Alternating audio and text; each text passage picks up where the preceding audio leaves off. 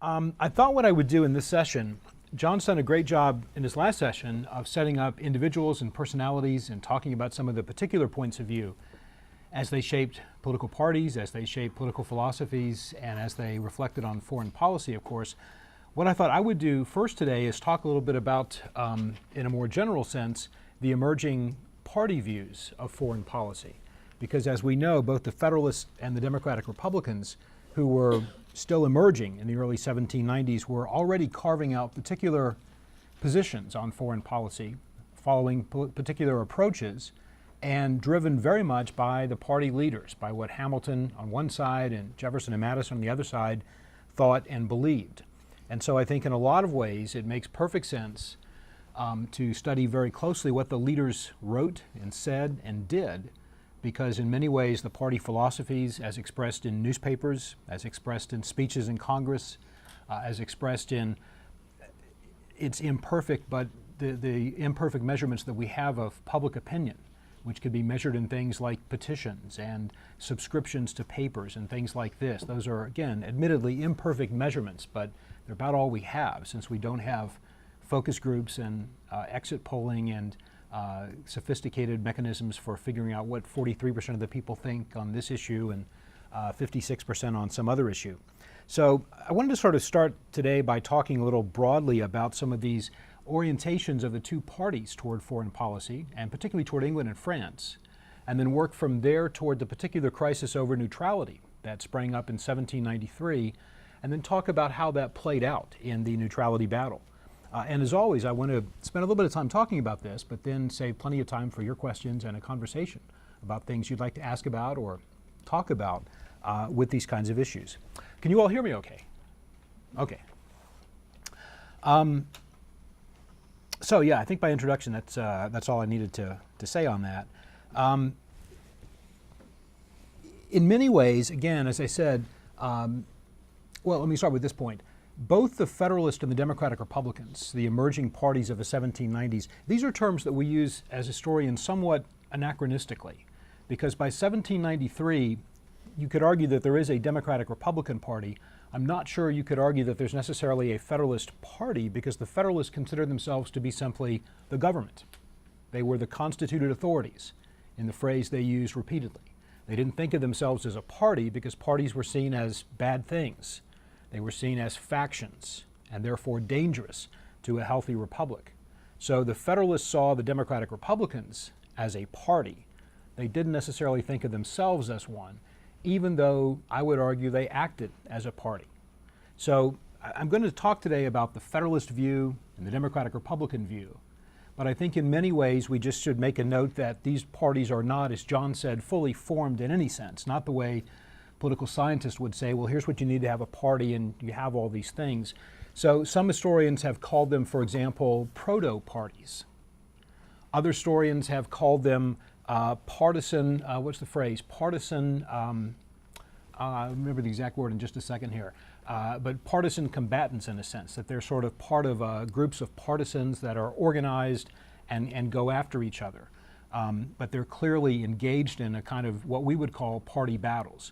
So I'm going to refer to the Federalist and Democratic Republicans as if they're parties, but just we should note that they're not yet fully formed as they would be by even the later 1790s or certainly beyond, and obviously not by a modern sense. But it makes it a lot easier, I think, if we can speak of those two positions. Allowing for an outlier or an exception or two, I think we can generally speak of a Federalist foreign policy in the 1790s and the Democratic Republican foreign policy in the 1790s. And in many ways, you could figure out a person's foreign policy views, and obviously their partisan views, based on how they thought about Great Britain, or alternatively, how they thought about France. That issue was such a divisive one that it began to sort people into one party or the other. One way to think about growing partisanship in the 1790s is to think of it as sort of like a big sort. Americans were gradually sorting themselves into one party or another, and each of the various years of the decade brought a new issue that divided Americans and helped them sort into one group or another. Hamilton's funding program and the bank was one. then neutrality, and Citizen Genet was another. And then a year later, the Democratic Republican Societies and the Whiskey Rebellion, and then the Jay Treaty, and then eventually the quasi-war with France, and all these kinds of things. Each of these issues tended to further partisanize the American political nation. And so Americans were beginning to sort into various camps based on these views. And one of the biggest dividers was this question of England or France, Great Britain or France. Which side are you on? Which side do you sympathize with? Now, Federalist attitudes toward both England and France were characterized by what they might simply call realpolitik, a realistic understanding of what the world was and how it worked and what it was all about. Federalists were drawn to the British primarily because of a natural affinity. George Beckwith, whom John mentioned this morning, famously wrote to Beckwith, "We think in English." Think about that. We, the Americans, we think in English, Hamilton told him. Basically, we're just like you. We think like you. We understand things like you. And I think most importantly, Hamilton meant we see the world the same way you do. We understand the need for certain kinds of ties and relationships and the way we should favor one side over another in the same way that you do. The Federalists made some shrewd calculations about the benefits of British shipping and of British commerce to the United States. I think they understood that only since about 90% of American trade was with Great Britain, about 90%, that simply the United States could do nothing that would antagonize the British or interrupt that flow of goods and materials back and forth. So the Federalist attitudes of sympathy and favoring the British were not only because they harmonized in many ways, not only because they thought in British, as Beckwith said, but also because they made a very realistic calculation of the value of Great Britain to the United States in many ways. Now that sentiment, joined with the realization that peace with Great Britain was the most valuable commodity to maintain in the 1790s, that sentiment was critical in shaping British thinking about the situation and the way the Americans saw the world. The Federalists, in other words, saw the world in the 1790s. They were already attached to Great Britain. They were skeptical by this point. They were becoming skeptical by 92 and 93 of the French Revolution and by the European War, which was its offshoot. And when some Republicans spoke of intervening, of the possibility of the U.S. getting involved on the side of the French in some way, whatever form that might take, Federalists considered that to be a double error. A double error. War of any kind would destroy the U.S. by exposing its weakened military and economic state, and war with Great Britain in particular was specifically not only undesirable, but foolish. And because of this, Federalists in the 1790s, and this will become key when we get to the Jay Treaty, I guess after lunch, Federalists in the 1790s were willing to tolerate a wide range of British abuses, of British inactions or hostilities toward the U.S., a wide array of British harassments or even neglect of American policy. One of the things that became clear as Jay was negotiating the Jay Treaty, which took a long time to get negotiated, even though it's not that long or necessarily complicated a treaty, is that that was the most important thing Jay was doing, but the British had far bigger fish to fry, and they sort of kept Jay waiting for a long, long time, simply because the U.S., relatively speaking, was simply not that important to the British. But it was, to use Jefferson's phrase, the polar star of the Federalist and the United States. And so in that sense, the U.S. was, again, always willing to do whatever it took to sort of pay any price, bear any burden, as John Kennedy once famously later said in a very different context, to keep peace with the British and to maintain good, strong ties with the British economically and diplomatically. So the Federalists are basically willing to take it on the chin repeatedly if need be, because the broader goal is peace and good relations until that day when the United States will become stronger and less vulnerable and less dependent, and then can begin to stand up to the British. But that time is clearly not in the 1790s. In pursuance of this, if it meant a peace on British terms, which Jefferson later denounced as a mere English neutrality, the Federalists considered that to be merely the price that had to be paid for their larger goals. The young nation was not yet strong enough to act as it might want to, and therefore it had to realize the situation in the world that the British were clearly the big brother, and the United States, to survive, had to make sure that it was always mindful of that and acted accordingly.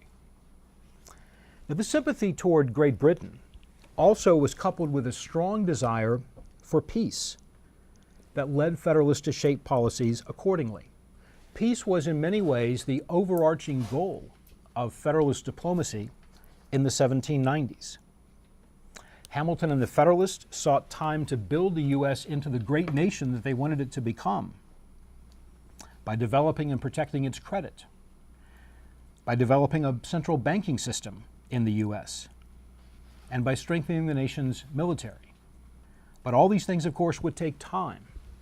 And so in the interim, the U.S. had to essentially recognize the reality of their relatively weakened stance compared to the British, and of the need for peace to make sure all these kinds of improvements, banking, commerce, trade, and military growth, could all be undertaken and developed in time.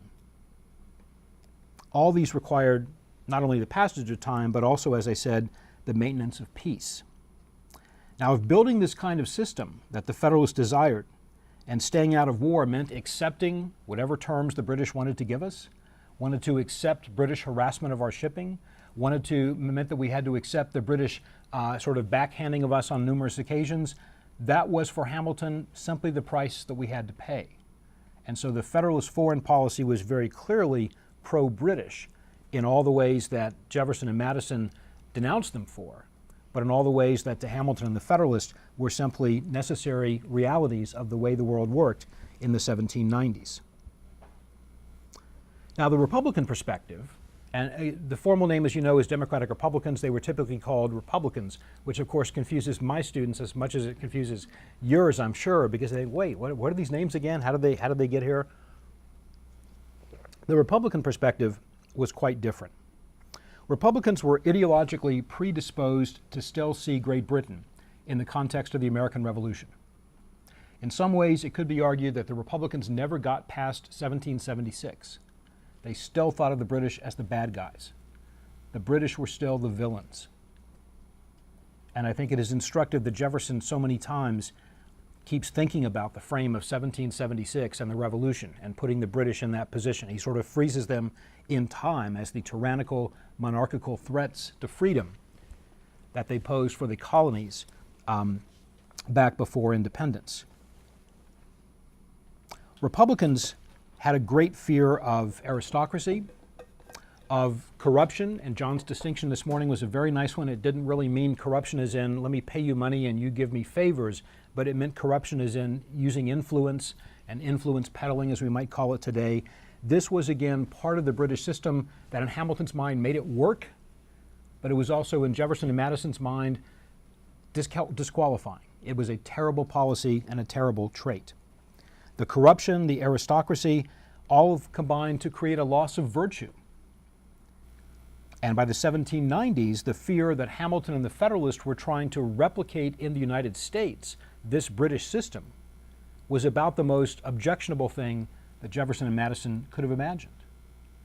It seemed to be not only that the Federalists were trying to tolerate British depredations on shipping and British harassment of trade and things like that, but that the Federalists were trying to model the U.S. after the British, create a British system in the U.S., and get to that point where the U.S. could be like the British as quickly as possible.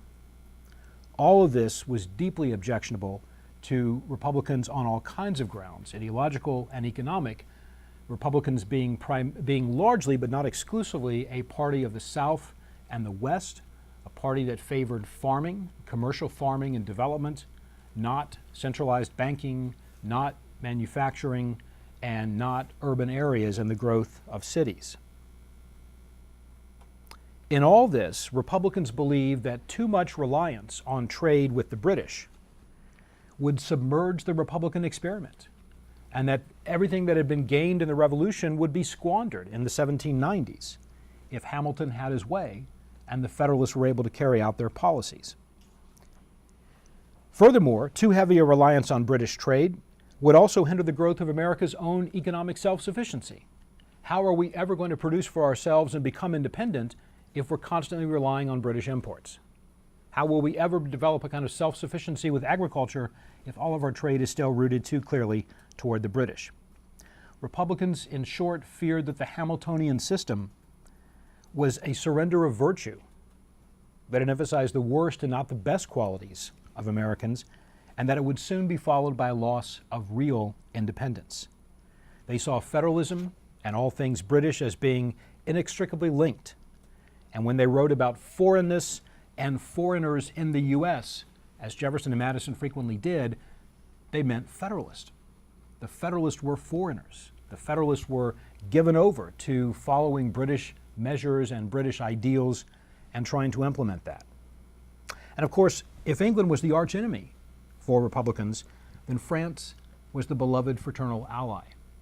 Although Jefferson and Madison had no choice but to later renounce the violence of the French Revolution and begin to distance themselves from that, they nonetheless retained a strong, long-running affection for France and for the Revolution and for the people of the French nation, who they saw as the true allies of the United States. Again, going back to the valuable French-American alliance from the Treaty of 1778. Jefferson and Madison both identified support for France with support for the cause of liberty, and they only gradually accepted the policy of neutrality, which we'll talk about next, out of political necessity. Now, if those are the sort of two rough orientations of the parties that I think flowed directly from, as John talked about this morning, the individual leaders and their own perspectives on foreign policy and in setting up the Constitution and the new government, the nation itself was, of course, being pulled in both directions. Both the Federalists and Republicans had their own newspaper networks. They had their own printers and publishers. They disseminated information, they disseminated ideas, and as you know, newspapers at the time had no pretense about being objective. They were plainly, unapologetically partisan. And when you picked up a newspaper from the Federalist editors and then read one from the Democratic Republican editors covering the same events, you would think you were in two different places. Famously, Federalist editors, whenever they held rallies to support the Jay Treaty or to commemorate Washington's birthday or things like this, they would always report that these were the largest rallies ever. Never have so many people been gathered in one place as to celebrate George Washington or celebrate this treaty. If you pick up a Democratic Republican newspaper of the same event, they would say, oh, no one was there, it was just women and children and dogs. That would be it. Again, 3 or 4 people, a handful, not much more. No pretense at objectivity at all. And these were, again, purely partisan papers. But as we know, when you see the world through only partisan lenses, then it really distorts what can be going on, really distorts what you can see. And that's, I think, very much the way situations were in reading newspapers and thinking about the growing political divide of the 1790s, because newspapers fueled that growing political partisanship as they went along. One historian, Gerald Combs, actually, who wrote an earlier book on the Jay Treaty from 1970, Gerald Combs nicely summarized the somewhat paradoxical situation that Americans found themselves in by the 1790s. The vast majority of Americans, he wrote, still sympathized with France and its revolution. But they also wanted political isolation from Europe, the commercial benefits of foreign trade, and above all, peace. The vast majority of Americans still sympathized with France and its revolution, but they also wanted political isolation from Europe, the commercial benefits of foreign trade, and above all, peace.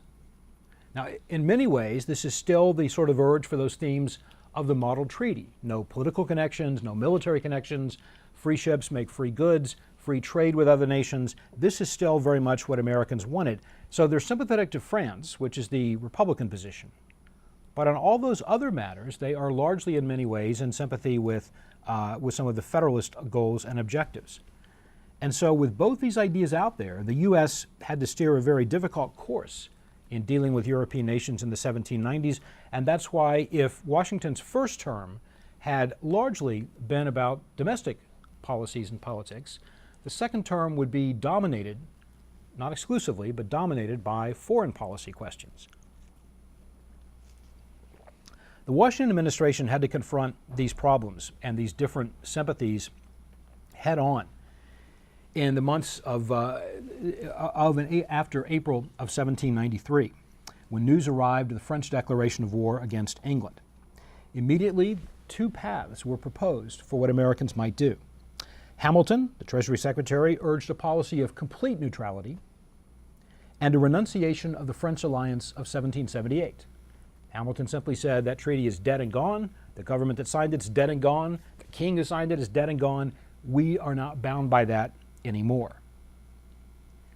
He argued that the French government, of course, was long since out of power, that the new French government was radically different, and the U.S. did not owe France a thing from that treaty. And so complete neutrality was the best course. Neutrality plus renunciation of this old alliance would, Hamilton said, reassure Great Britain of America's neutrality in the matter, of American impartiality in European conflict, and perhaps avoid a breach of trade with the young nation's most important trading partner. Now, Jefferson, of course, sitting in the same cabinet, thought just the opposite. Jefferson, as Secretary of State, argued that the U.S. should not declare itself neutral, but should instead triangulate between the two warring nations and use the moment to threaten the British. The U.S., Jefferson thought, should maintain the French alliance. He argued that the British did not want and could not sustain two wars at the same time. They couldn't fight France on the one hand and also fight across the ocean the United States. And he thought this would be something the U.S. could use for leverage. He believed that, again, neutrality would be a short-term policy that the U.S. might use at some point, but this was not the time to do so. He believed this was a time to press what he saw as an advantage against the British and to use the British, to use this leverage to force the British to do several things they had not yet done.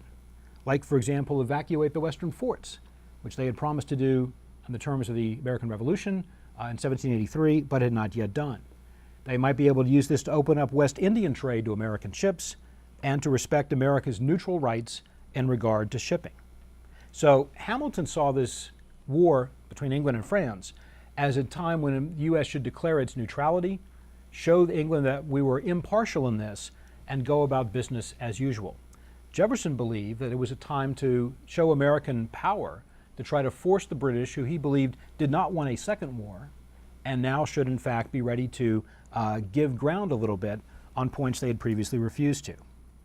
Now, Washington, as he sometimes did early, though not necessarily late in his presidency, Washington tried to keep both of his secretaries happy, and so he compromised. He issued a Proclamation of Neutrality, which of course, as we know, never actually mentions the word neutrality. It says it and comes about it in oblique kinds of ways. And in deference to Jefferson, he did not in fact do that, because Jefferson thought it was wrong that the U.S. should not pursue this policy of neutrality with France.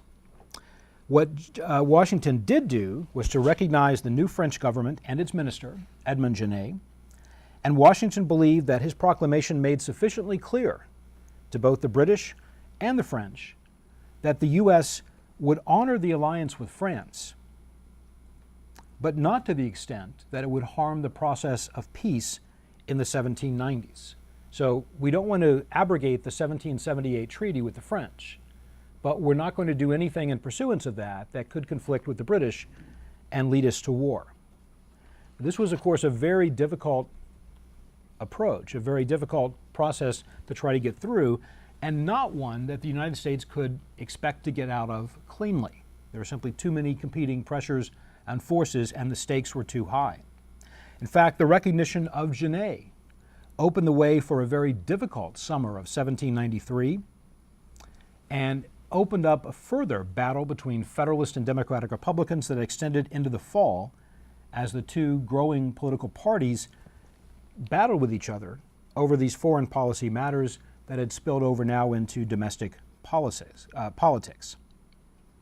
And also included, of course, either the perfidious or the unfortunate and embarrassing actions of Citizen Genet, which I want to talk about in just a minute, who tried to rouse the American people against the government, going over the head of Washington and its constituted authorities to try to get them to come in as private citizens and in league with the French.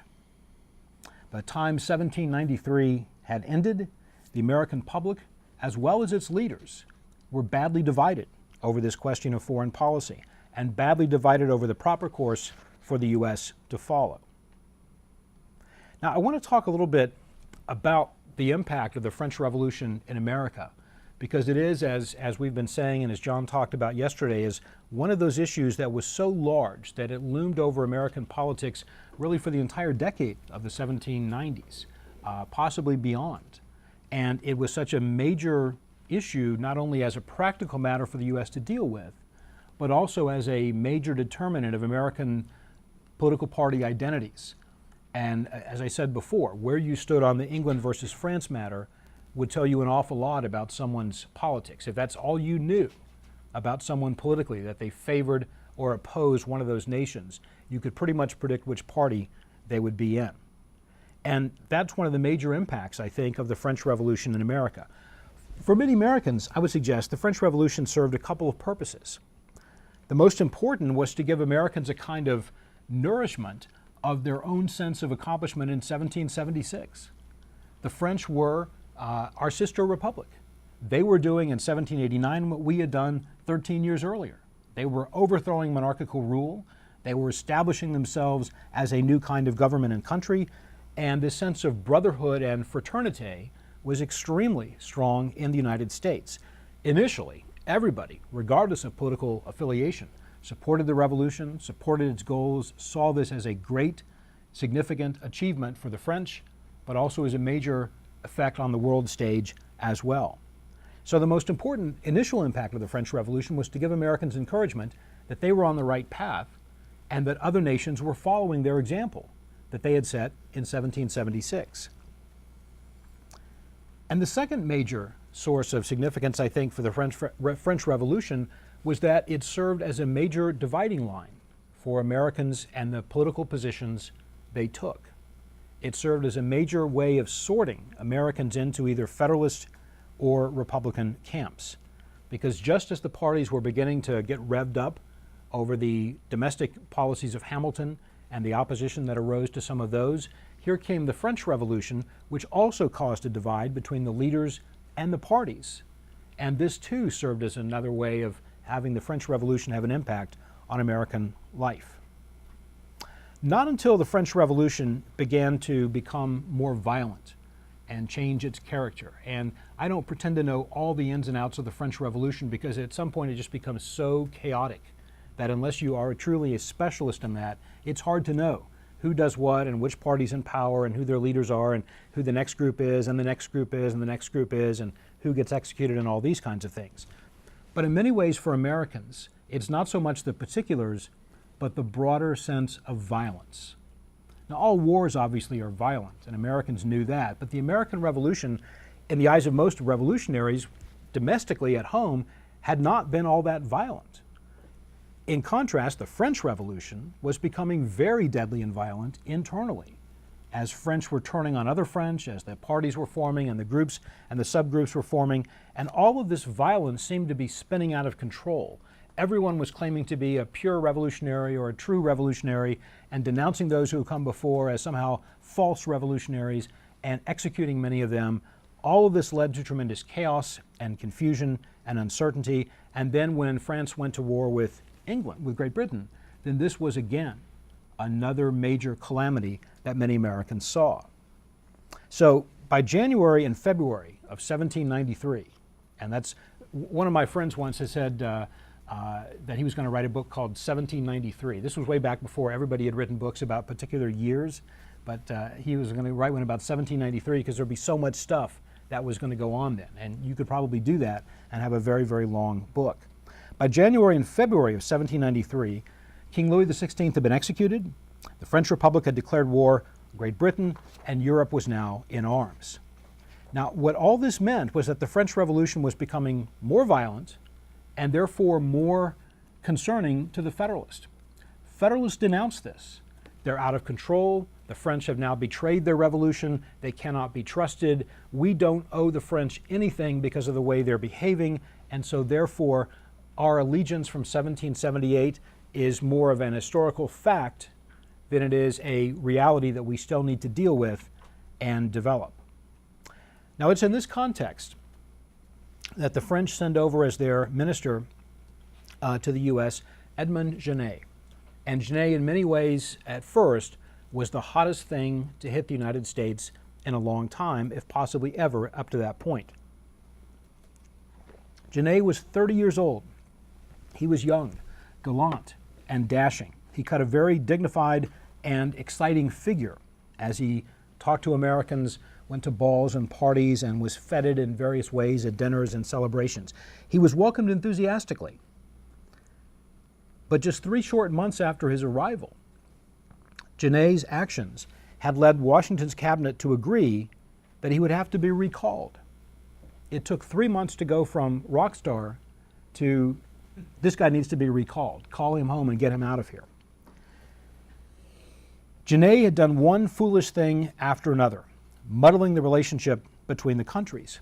Now, he had been sent to enlist American aid for the French cause with or without the consent of the Washington administration. So Genet initially tried to get Congress and tried to get the administration to support the French and help them out, but they refused. The answer, of course, was the Proclamation of Neutrality, which basically said, sorry, we can't intervene. We have sympathy for you. We're not going to renounce the 1778 treaty, but we're not going to come into your side on the war. We're not going to do any more than that. We must maintain impartiality and neutrality. And so Genet went over the head of George Washington and went over the head of Congress. He appealed to Americans directly, trying to commission American privateers, which we again talked about quite a bit this weekend, for his own purposes, a clear violation of U.S. sovereignty to go into another country, a foreign country, and recruit their citizens to come help and fight for you. He also tried to launch a ship captured by some of his men against the orders of Thomas Jefferson.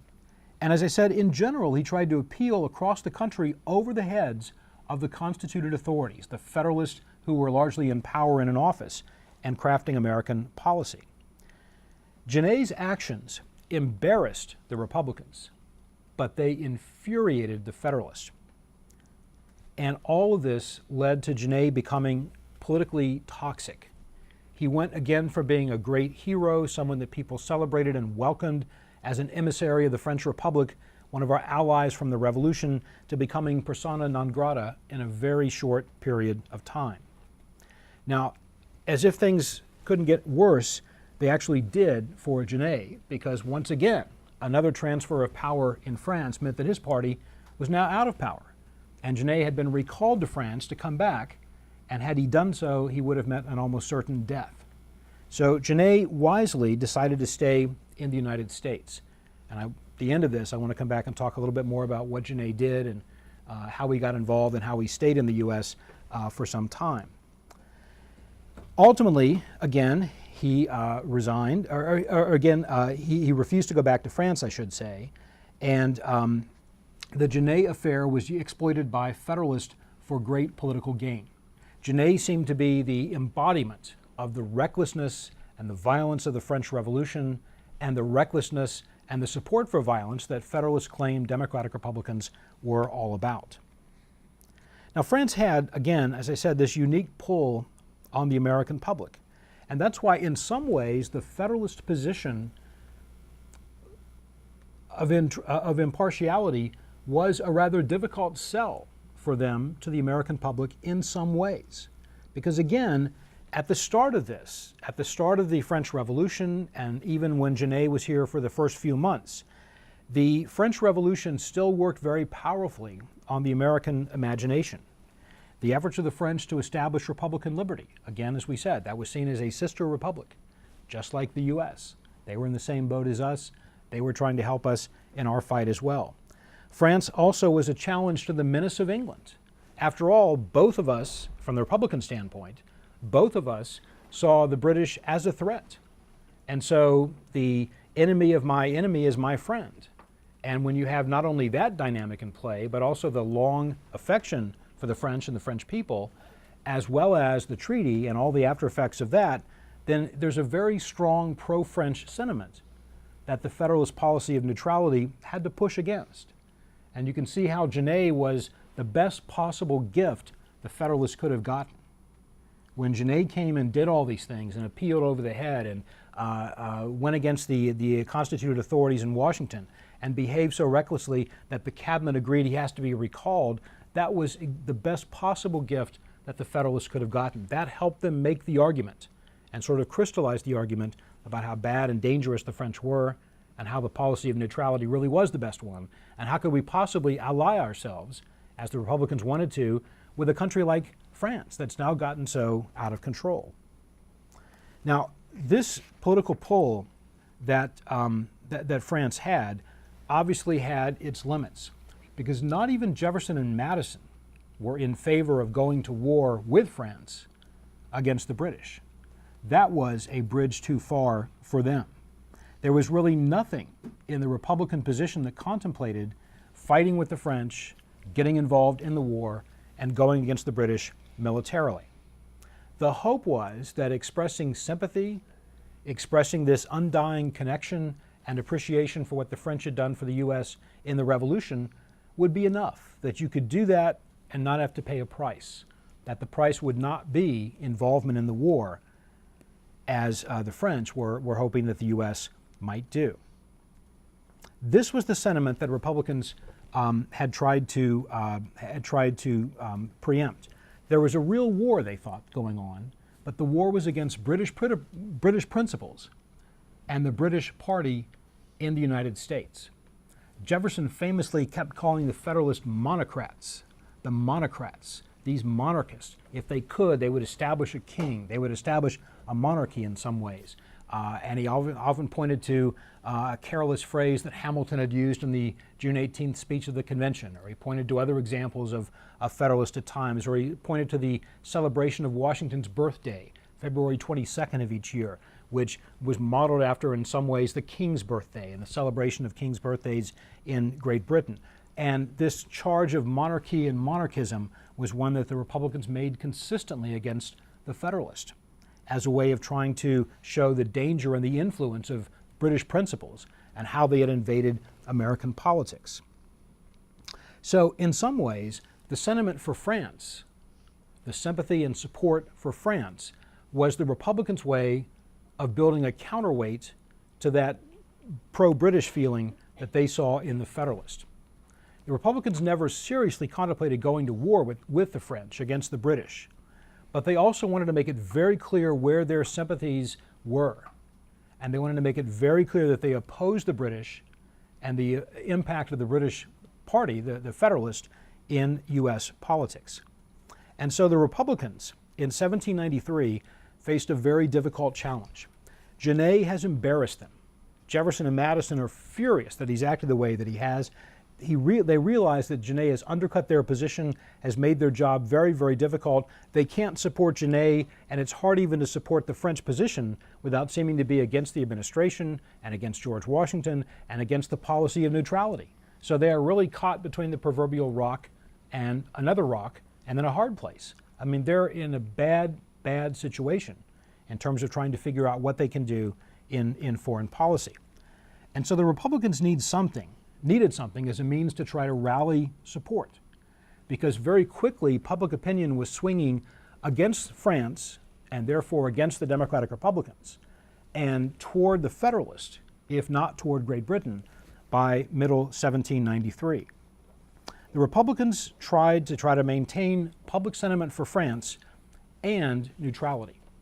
In other words, the Democratic Republicans wanted to try to have it both ways. Yes, we want to be neutral. We don't want to be involved in this war, but we've got to be sympathetic toward the French. So don't say anything bad about France. Praise the French people. Remind people of what the French did for the U.S. in the Revolution. Praise the Treaty of 1778, but don't go any further than that.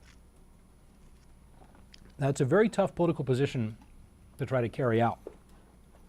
And it meant that in spring and summer and fall of 1793, Jefferson and Madison, the Democratic Republicans, had to balance a whole bunch of competing interests here. Their sympathies, their interests, but also the political reality that if they got too close to France, they could be cut off and ostracized and even destroyed politically by a Federalist Party and administration that was now coming into public favor for their position of neutrality. And so in many ways, what Republicans tried to do the rest of that year was to keep things at a very general level. They stopped talking about Genet. They stopped talking about what he had done in the U.S. And they simply tried to make the American people think about not so much the question of neutrality, but do you support the principles of the French Republic, or do you support the principles of the British monarchy? Now, framed that way, the American people would say, well, we're a republic, we support a French republic over a monarchy. That's what Jefferson and Madison thought would be their best course for trying to regain some balance in the political world. If things had tilted very strongly against France and toward the Federalists in the contest over neutrality, they believed the way to tilt that back was to reframe the question, not to make it, are you for or against neutrality? Are you for or against Genet? Who do you trust more, Genet or George Washington? Those were all losing propositions for the Democratic Republicans. But the one thing they could win was a more general distinction. Do you favor the French Republic or the English monarchy? And so the Democratic Republicans tried to build support for that particular position, again at a very vague and broad and general level. Specifics undermined the argument. And so Jefferson and Madison and Republican newspapers in 1793 tended to avoid specifics. They tended to frame things in very broad, general ways, thinking that that was the best way to restore their position and restore their influence and power.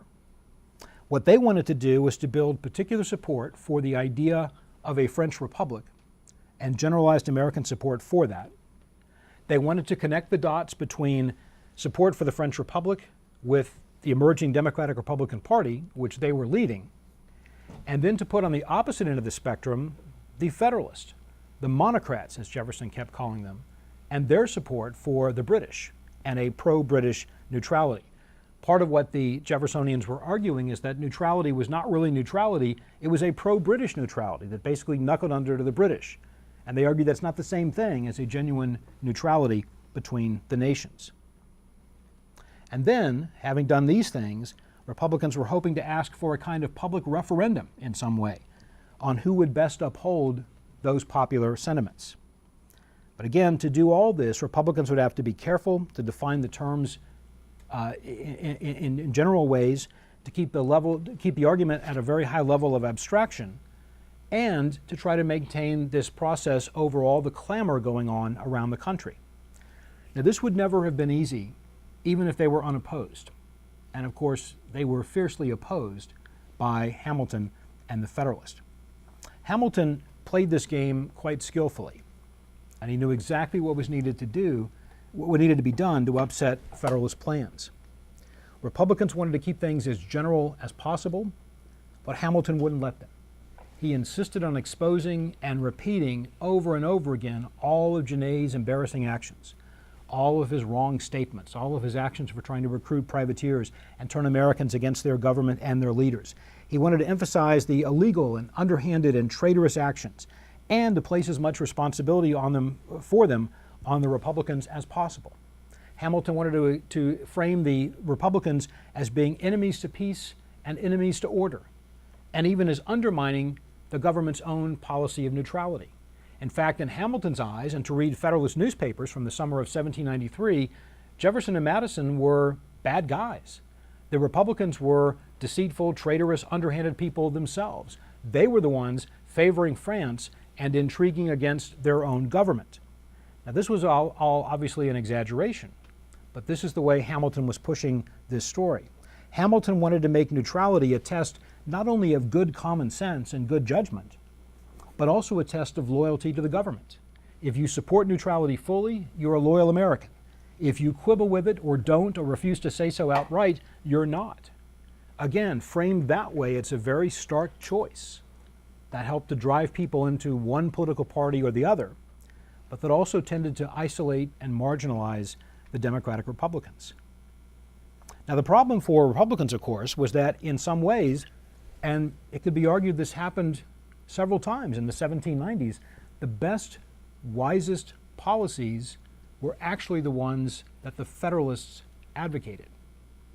And you could certainly make a very strong objective argument that peace and neutrality in 1793 was absolutely the best thing for the nation. That avoiding a war with anybody, avoiding any kind of strong tie or alliance with anybody at that point would have been a huge mistake and a disaster. And so Hamilton not only had the law of the country on his side with the Neutrality Proclamation, but he also had the sense that that was simply the best common sense, most logical, the right thing to do. And Hamilton, of course, exploited that, as he often did in situations like that, to take full advantage of those times. Hamilton and the Federalists, in some of their first efforts at party politicking and party organizing, began to create pro-neutrality rallies. They began to call together public meetings to talk about and read the Neutrality Proclamation, to discuss it, to praise it in the newspapers, to praise it in speeches around the country. They turned these public meetings into support not only for neutrality, but for George Washington, arguing basically, we trusted Washington in the Revolution, why would we not trust him now in peace? If he could lead us to safety in war, he's the right person to lead us now in peacetime. Neutrality is the best policy. It's Washington's policy. It's his proclamation. This is what we need to do.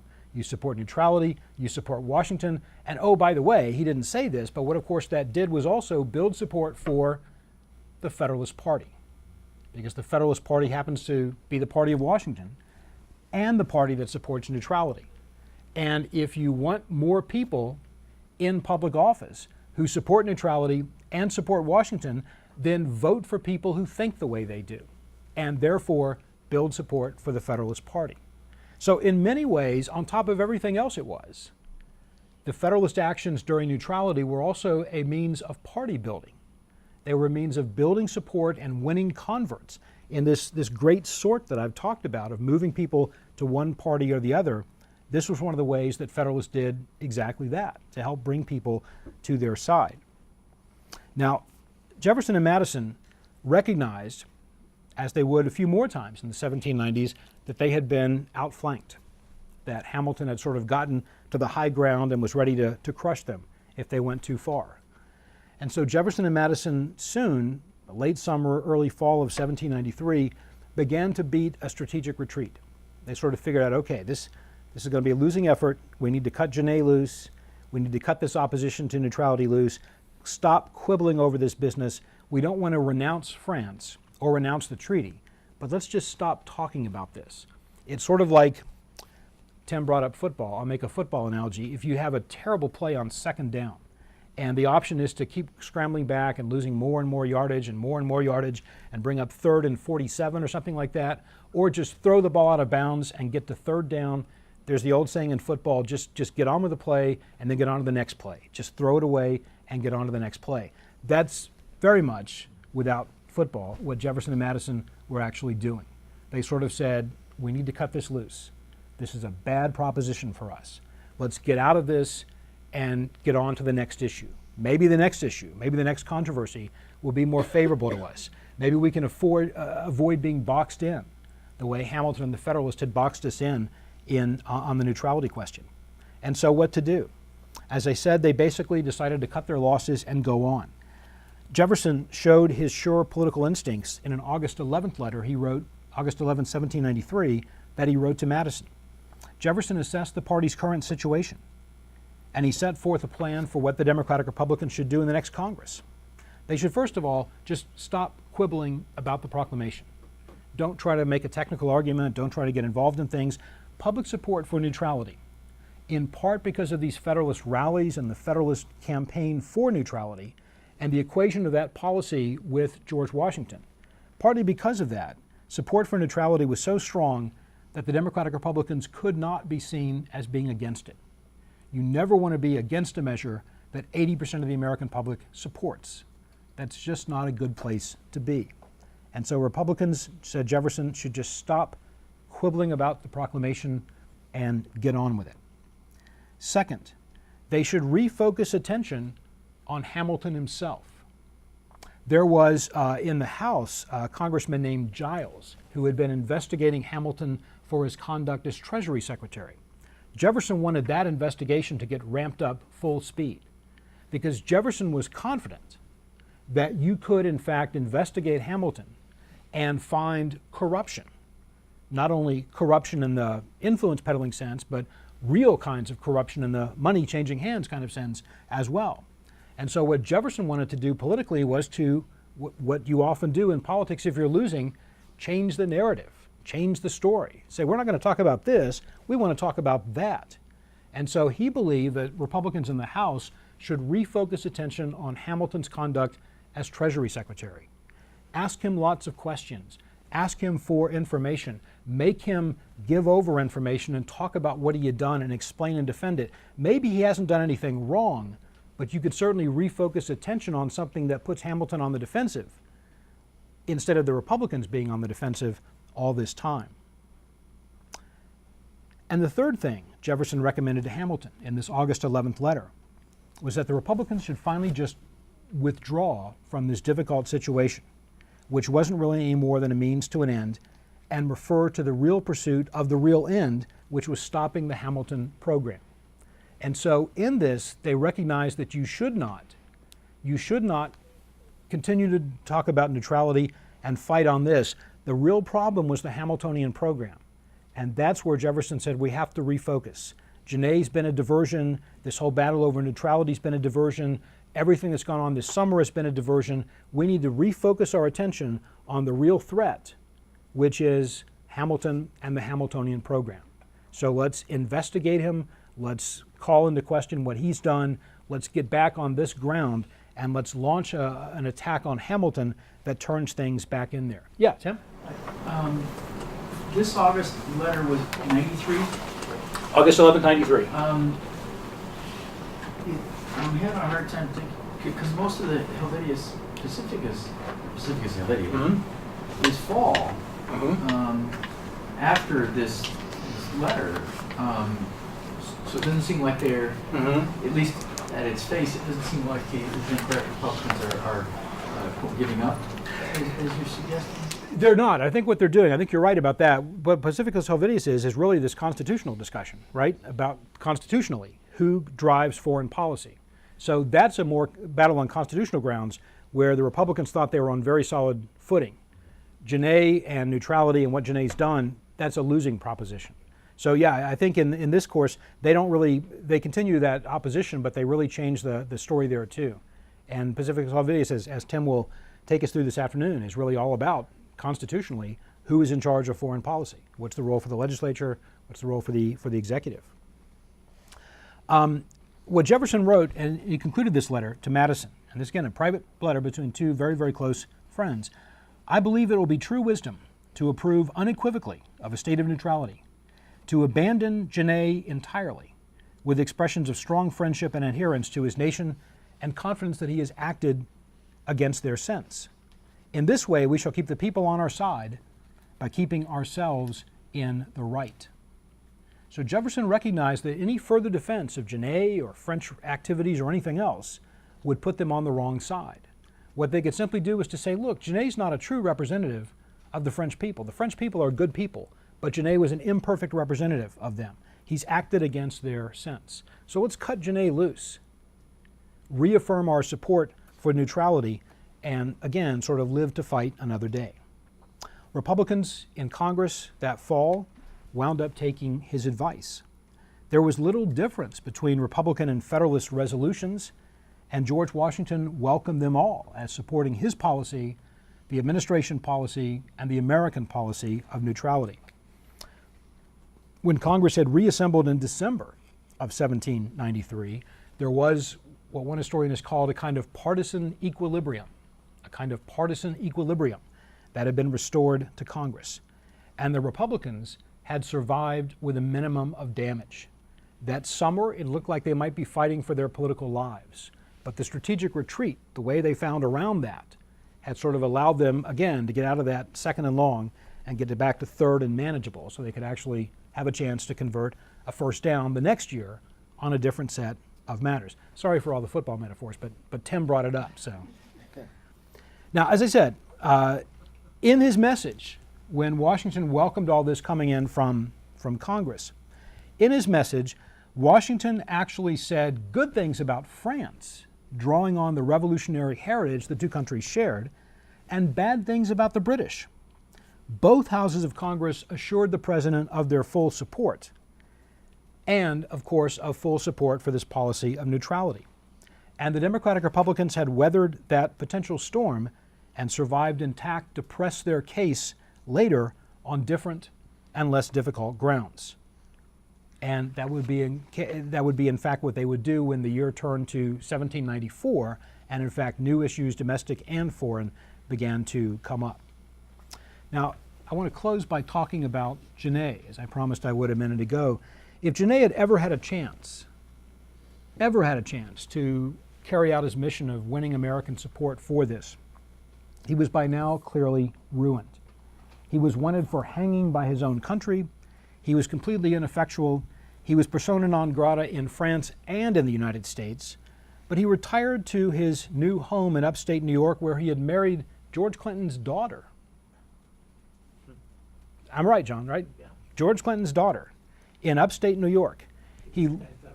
Exactly, his anti-federalist daughter.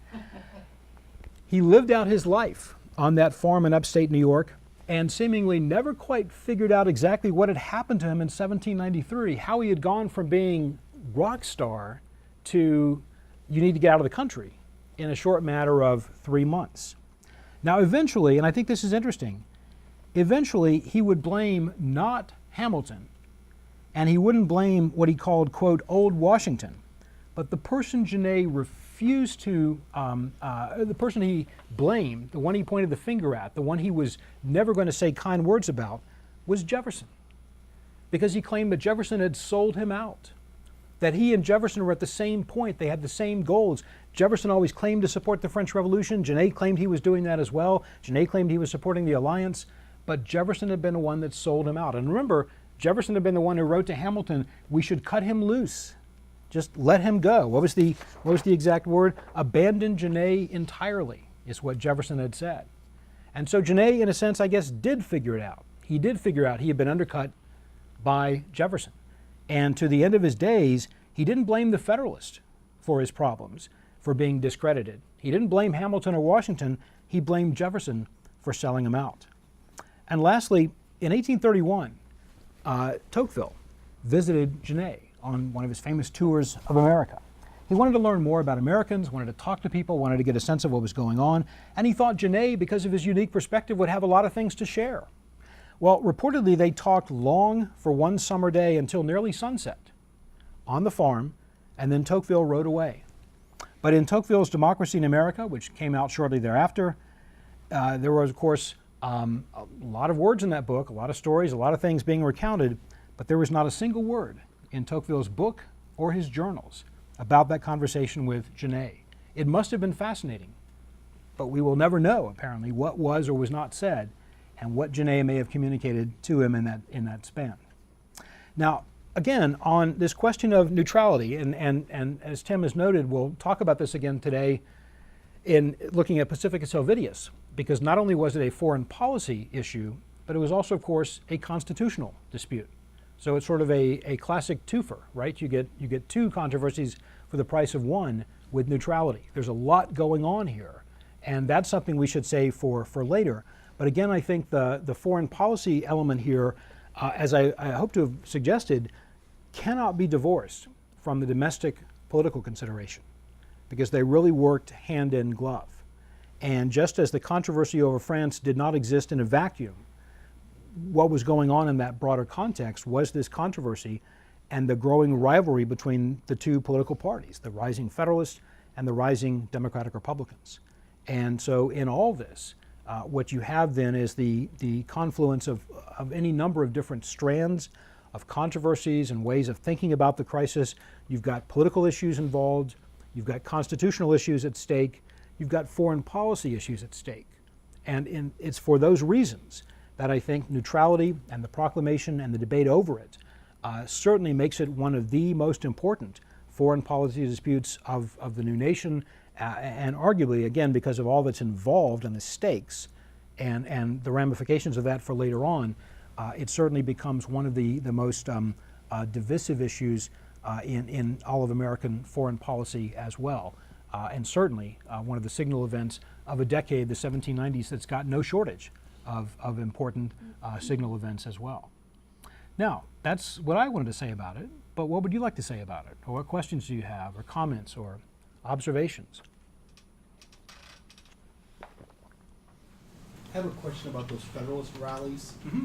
Were they ever held in the South, or were they largely located in the North? That's a great question. The Federalists had some strength in the South, but because the North and the Middle Atlantic states had the cities where you could have access to large numbers of people, most of the rallies that I'm aware of were held there. And those were also places where you had strong numbers of newspapers, which was the principal means of getting the word out and informing people not only of where and when these rallies would be held, but of what they might talk about or read or hear or things like that. So most of the rallies that I'm aware of took place in Philadelphia, New York, Boston, and some other mostly seaboard cities like that. Yeah, John? Was Genet ever successful in appealing to some of the privateers or anything like that? Did anybody ever go out on his behalf or France's behalf like that? John may know. I think he actually recruited some. I think he had some success, but I mean, the overall program was a failure. But yeah, he did actually lure some people. At that point, they sound more like pirates than privateers. I mean, if we're trying to make that distinction, Because they wouldn't have for Vice official benefit here. backing Yeah. or anything. Are they so- pirates, or would they be considered privateers at that point? You know, if Genet's no lures them up. I don't know. Genet's giving the letters out. Okay. So he delivers it. Yeah. Okay. It's interesting that George Clinton, as governor, succumbs eventually to the administration's policies and prosecutes some of these activities, the privateers going out and prizes coming in. So he doesn't want to. He's very sympathetic to the French. And as you say, his daughter, he's got several daughters, but his eldest daughter, who, Abigail Adams Jr., has dinner with the Clintons at one point when she comes back to America in 1788 and describes Cornelia Clinton as a root and tooth anti-federalist. And she's the one who marries Genet. Now, Genet, because his father-in-law is George Clinton, in the lead up to the election of 1808, George Clinton is vice president under Jefferson, and then under Jefferson, Second Term Jefferson. And there's a big question: who will be the next president? Whether it be Secretary of State Madison or Vice President Clinton. And so there's going to be a Republican caucus in Congress that decides that. Genet gets a hold of Robert Livingston's notes from the Constitutional Convention minutes, involved how that happens, and he doctors them and publishes a pamphlet, 8 pages, to show how nationalistic James Madison was. So he's not the man for you. The man for you to be president is George Clinton. And so there's an animosity toward Genet, toward Jefferson, who selected Madison as his heir apparent, and Madison, who's trying to steal the presidency from the rightful heir, which is the vice president of the United States. And then in 1821, he publishes the full account of Robert Yates's notes. And again, they're doctored. We have his papers in the Library of Congress, and we can see the difference between what Yates first wrote and what was then published under Genet's alterations. Yeah, he still meddles. Does Genet have a position on like the Haitian Revolution that's starting to pop up? I don't know. I don't know if he did or not. I'm sure he would oppose it. Well, yeah, you think, Since all these fashion printmen are leaving and being killed there.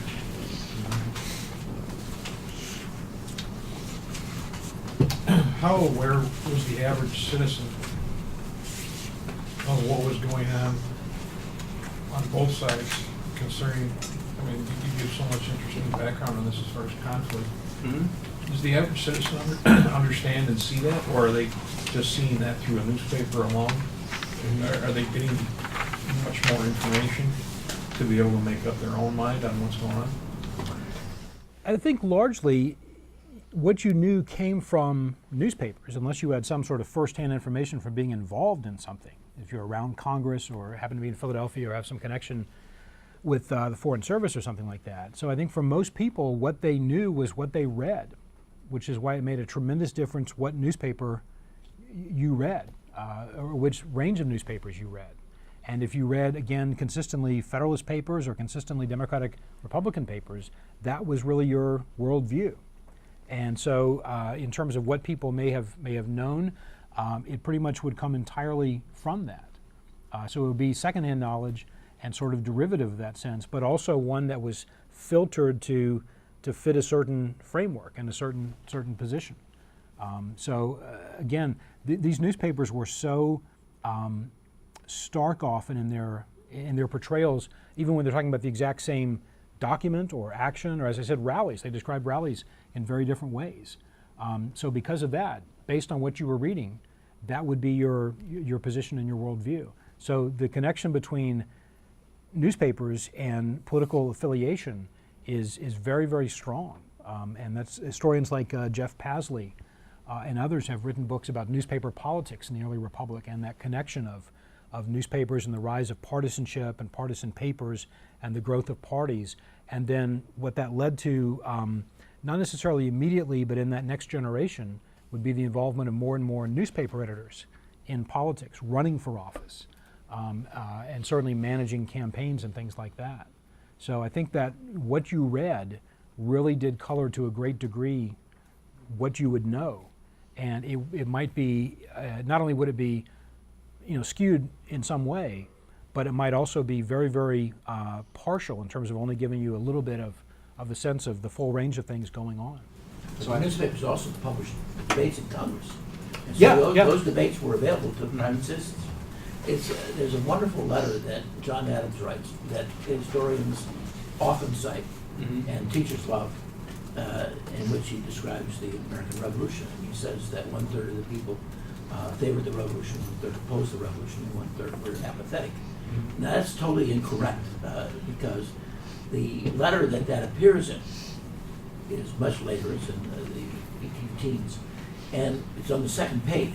On the first page, he's talking about the French Revolution, and so he's saying that 1/3 of the American public favored the French Revolution, not the American Revolution. And 1/3 opposed the French Revolution, and 1/3 were apathetic. And so people like to say that's about the American Revolution, but it was about the French Revolution. So you can see, sometimes many of these people are divorced from the seacoast, and they're interested in running their farm. And so that's that 1/3 that's apathetic. Literacy rates, I'm assuming these letters had to be read in public squares because the literacy rate at this time, is it that high? I mean, Very high in New England. in the north, yeah. 90-95% in Maryland. It goes down a little bit, maybe to 80% in the middle states, and then down to maybe 50% in southern states. So very high. Yeah, and this is why taverns are sort of the great place to do all kinds of things. That's where court sessions were held. That's where mails were delivered and things like that. So people did all kinds of things in taverns besides eat and drink. But one of the other things, obviously, was to read newspapers, or you could go there and have them read aloud. So, yeah. So you could get around this literacy question by simply, if someone was there who could read it aloud, then the reach would be much, much greater of those. But yeah, literacy rates were really pretty high, especially in New England and the North.